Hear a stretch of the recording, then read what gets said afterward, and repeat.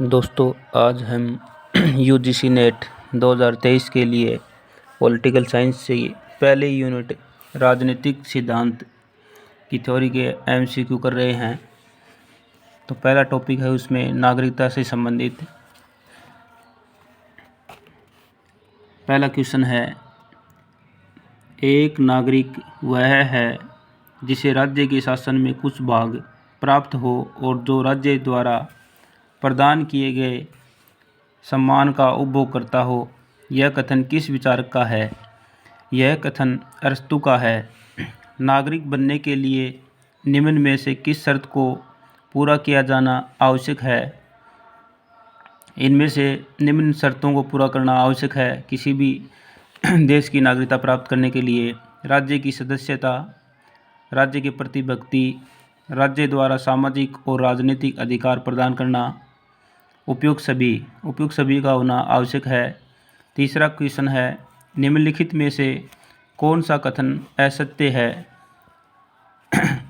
नागरिक संबंधित राज्य का निवासी होता है लेकिन विदेशी मान्यता उस राज्य में अस्थायी रूप से ही निवास करता है।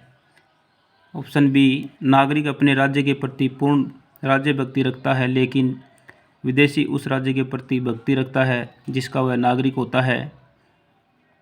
नागरिक को उस राज्य की भूमि पर स्थायी रूप से रहने का अधिकार होता है और विदेशी भी उस राज्य की भूमि पर स्थायी रूप से निवास कर सकता है। ये ऑप्शन गलत है क्योंकि विदेशी किसी भी देश की राज्य भूमि पर स्थायी रूप से निवास नहीं कर सकता। यह ऑप्शन गलत होगा। चौथा क्वेश्चन है, इंग्लैंड में नागरिकता प्रदान करने के संबंध में किस सिद्धांत को मान्यता प्राप्त है? इंग्लैंड में नागरिकता प्राप्त करने के लिए रक्त अथवा वंश के सिद्धांत को, जन्म स्थान के सिद्धांत को, उपयुक्त दोनों सिद्धांतों को मान्यता प्राप्त है। इंग्लैंड में व्यक्ति को नागरिकता प्राप्त करने के लिए रक्त अथवा वंश के सिद्धांत का पालन करना पड़ता है और जन्म स्थान के सिद्धांत का पालन करना पड़ता है।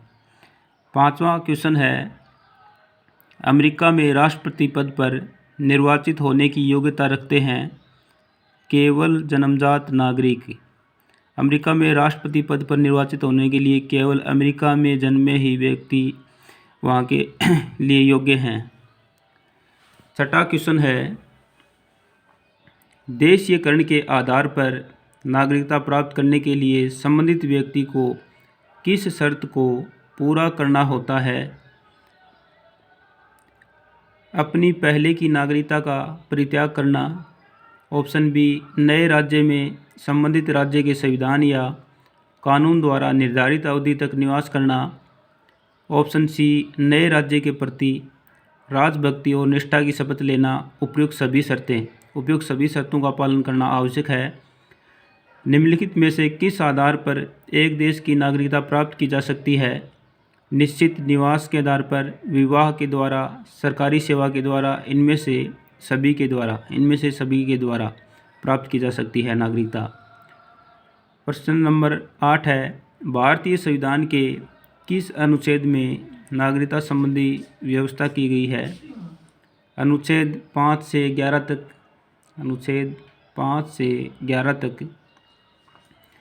प्रश्न संख्या 9 है, भारतीय संविधान के अनुसार नागरिकता के संबंध में नियम बनाने व उन्हें संचालित करने का अधिकार किसे प्रदान किया गया है? ये अधिकार केवल संसद को प्रदान किया गया है। क्वेश्चन नंबर 10 है, भारतीय नागरिकता अधिनियम कब पारित किया गया?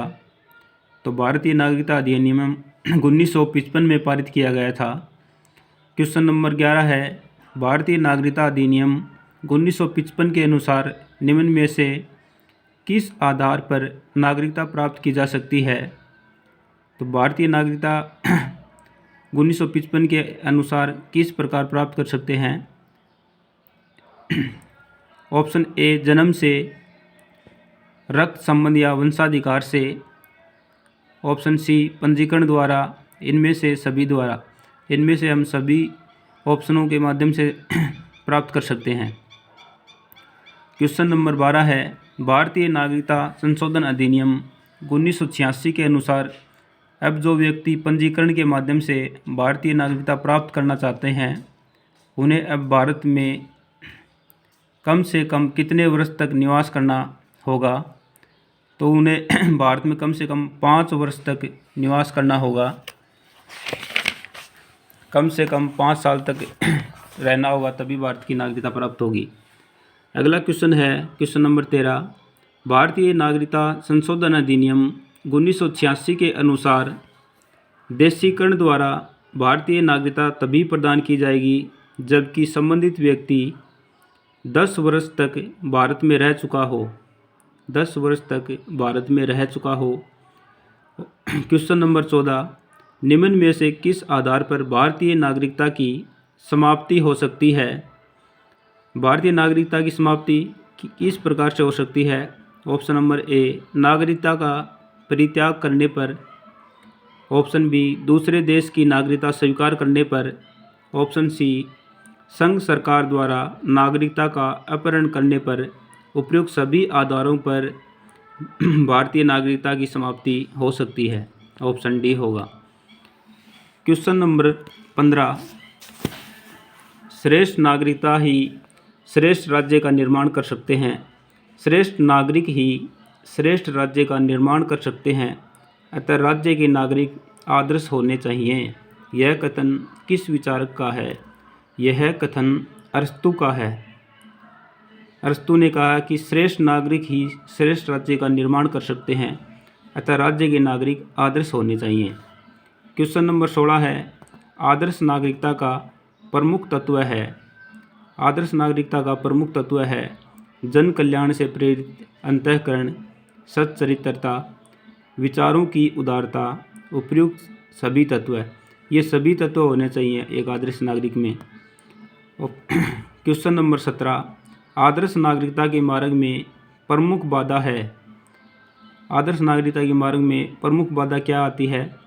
ऑप्शन ए, व्यक्तिगत स्वार्थ की प्रबलता, अकर्मण्यता, अज्ञान, इनमें से सभी। आदर्श नागरिक के मार्ग में ये प्रमुख बाधाएं हैं कि व्यक्ति का खुद का स्वार्थ प्रबल होना, अकर्मण्यता की भावना होना, अज्ञान होना, ये सभी आदर्श नागरिकता के मार्ग में प्रमुख बाधाएं हैं। तो आज हमने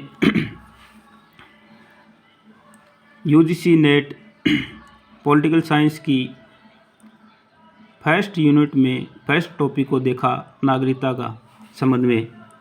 कल हम सेकंड टॉपिक को देखेंगे।